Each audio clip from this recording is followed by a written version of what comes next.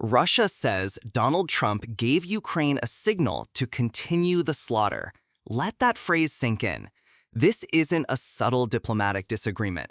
It is a direct, incendiary accusation fired from Moscow, painting the American president not as a potential peacemaker, but as an enabler of bloodshed. This single shocking statement rips the curtain back on a geopolitical drama that has just taken a dangerously sharp turn. For years, the world has watched the brutal, grinding war in Ukraine, a conflict that has already left an estimated 1.2 million people killed or injured, making it Europe's bloodiest conflict since the Second World War. This isn't just a statistic on a page. It represents shattered families, obliterated cities like Mariupol and Bakhmut, and an entire generation scarred by unthinkable trauma. And for months, Donald Trump has insisted that he, and he alone, holds the key to ending it, even boasting he could solve this intricate crisis in just 24 hours. But his latest actions have left both allies and adversaries reeling, sparking a furious and threatening response from the Kremlin. So what exactly is going on?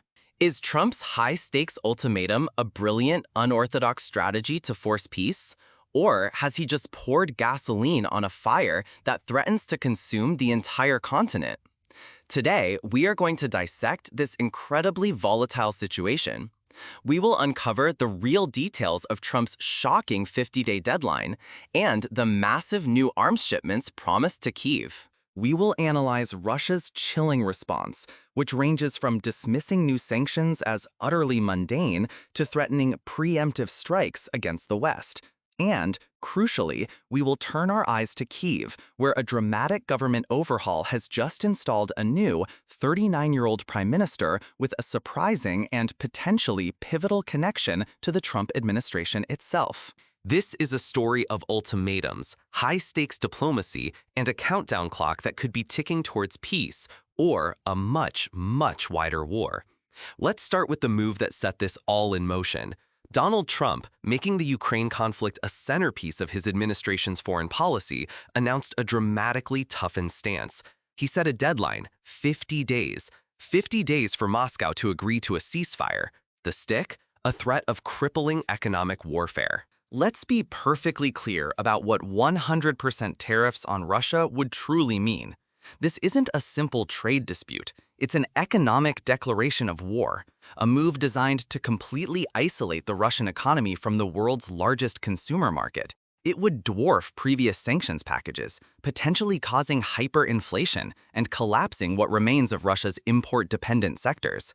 And the secondary sanctions are the real dagger in this threat. By promising to punish any country, including major powers like India or China, that continues to purchase Russian oil, Trump is attempting to turn off the Kremlin's primary financial lifeblood right at the source. The carrot? Well, that's where things get complicated and deeply controversial. Alongside this ultimatum, Trump promised more missiles and other advanced weaponry for Kyiv.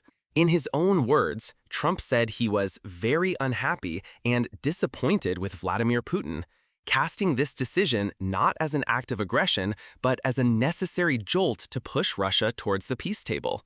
It's a classic Trumpian strategy: maximum pressure, public ultimatums, and a projection of absolute strength. The logic seems to be that by showing Russia the alternative is a better armed and more aggressive Ukraine, backed by total economic ruin, Putin will have no choice but to negotiate. But the world of international diplomacy is a minefield, and a move this bold carries immense risks. Has he correctly calculated Putin's breaking point, or has he fundamentally misread the Kremlin's resolve? The response from Russia suggests the latter. It was not one of fear or compromise. It was one of pure, unadulterated fury. The most prominent voice was Maria Zakharova, the spokeswoman for the Russian Foreign Ministry. She didn't mince words. She declared that Washington's decision to ramp up arms shipments was an unambiguous message to Kyiv. It is obvious, she told a news briefing, that the Kyiv regime consistently perceives such decisions by the collective West as a signal to continue the slaughter and abandon the peace process. This framing is critical. Russia is telling the world that America's actions are not promoting peace. They are actively sabotaging it, encouraging Ukraine to keep fighting a war they believe it cannot win. But what about the threat of sanctions, the economic hammer blow that Trump is threatening? Zakharova's response was a masterclass in dismissive defiance. An unprecedented number of sanctions and restrictions have been imposed on our country, she said. There are so many of them that we view the threat of new sanctions as mundane. Mundane. This is a direct broadcast from the Kremlin's Fortress Russia strategy. For years, anticipating this level of pressure, Moscow has attempted to sanction-proof its economy by boosting domestic production and reorienting trade. Zakharova's statement is a boast that this strategy has worked. She concluded with a stark warning. The language of ultimatums, blackmail, and threats is unacceptable to us. We will take all necessary steps to ensure the security and protect the interests of our country. If Zakharova's response was a cold blade of defiance, the comments from former Russian President Dmitry Medvedev were a sledgehammer.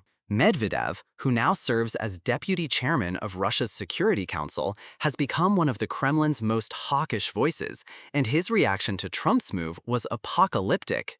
He stated that while Russia has no plans to attack NATO or Europe, it must be prepared to respond to what he cast as the West's full-scale war against Russia.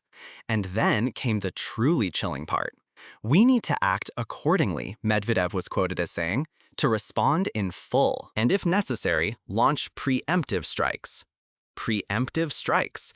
That phrase raises the specter of a direct military confrontation between nuclear powers, as it taps directly into Russia's official military doctrine, which allows for the first use of nuclear weapons in response to a conventional attack that threatens the very existence of the Russian state.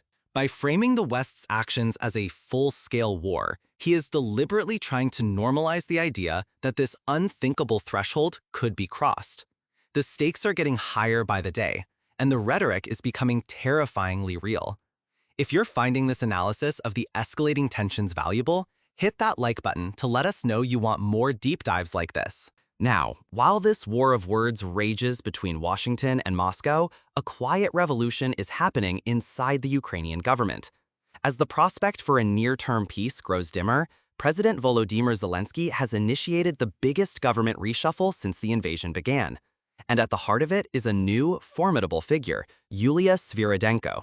At just 39 years old, she has been appointed Ukraine's new prime minister, tasked with a monumental challenge. Her mission, handed down directly by Zelensky, is twofold: revitalize Ukraine's war-torn, loan-dependent economy, and dramatically boost its domestic weapons production. Zelensky has set a hard target: increase the share of domestically produced weapons on the battlefield from 40% to 50% within just 6 months. In her first public statements, Svyrydenko projected an air of urgent determination. "War leaves no room for delay," she wrote. "Our priorities for the first 6 months are clear: reliable supply for the army, expansion of domestic weapons production, and boosting the technological strength of our defense forces." She is an experienced technocrat, having served as first deputy prime minister since 2021. But here is where the story takes another fascinating twist, looping right back to Donald Trump. Svyrydenko is no mere bureaucrat. She is a known quantity to the Trump administration. In fact, she previously negotiated a crucial deal that gave the United States preferential access to Ukraine's vast mineral wealth. This wasn't a minor trade agreement. It reportedly covers access to some of Europe's largest deposits of lithium, titanium, and rare earth elements, the very building blocks of modern technology, from electric vehicle batteries to advanced missile systems. This connection is vital. It means Trump isn't dealing with an unknown entity. The new leader of the Ukrainian government is someone his administration has already done business with, specifically business related to valuable natural resources. Zelensky himself hinted at this, telling Parliament that further deals with the United States would be forthcoming. This raises a tantalizing question. Is this government overhaul in Kiev, placing a Trump-friendly figure in the top job, part of a coordinated back-channel strategy? Is the talk of minerals and economic deals the real negotiation happening behind the scenes? The economic dimension cannot be overstated. Ukraine is in a desperate situation. With most of its state revenue being poured directly into the war effort, the country faces a potential budget shortfall of about 19 billion euros next year. As foreign aid diminishes, self-sufficiency is not just a goal, it's a matter of national survival. Svyrydenko's plan involves a full audit of public finances to find savings, accelerating large-scale privatizations, and empowering entrepreneurs to rebuild the economy. This push for a domestic defense industry fueled by foreign investment is Ukraine's ultimate bet to fend off Russia's much larger war machine. So let's piece this all together. On one side, you have Donald Trump playing a high-risk game of chicken with his 50-day deadline, believing that economic pain and military pressure can force a peace deal. On the other, you have a defiant Russia, which, according to a recent Reuters report, has no intention of backing down. Sources claim Vladimir Putin plans to keep fighting until the West engages on his terms for peace. His territorial demands, which include the complete annexation of 4 Ukrainian regions, Donetsk, Luhansk, Kherson, and Zaporizhia, may even widen as his forces advance. This is a non-starter for Ukraine, which rightly sees it as total capitulation. And in the middle, you have Ukraine itself, not just passively waiting for its fate to be decided, but actively transforming its government and its economy for a long, protracted war. The appointment of Yulia Svyrydenko, with her history of deal-making with the US, adds a layer of intrigue that suggests there is far more happening beneath the surface than we see. We are left with a landscape of immense uncertainty. Trump's 50-day clock is ticking. Is it a countdown to a historic peace agreement brokered by an American president willing to break all the conventional rules? Or is it a countdown to the deadline's expiration, which could trigger devastating tariffs, a further flood of weapons into the conflict zone, and an even more aggressive, cornered Russia willing to consider pre-emptive strikes? The line between peace and a wider war has never been thinner. We will be tracking this story relentlessly as it develops. To make sure you don't miss our crucial follow-up analysis when this deadline approaches, be sure to subscribe to the channel and enable notifications.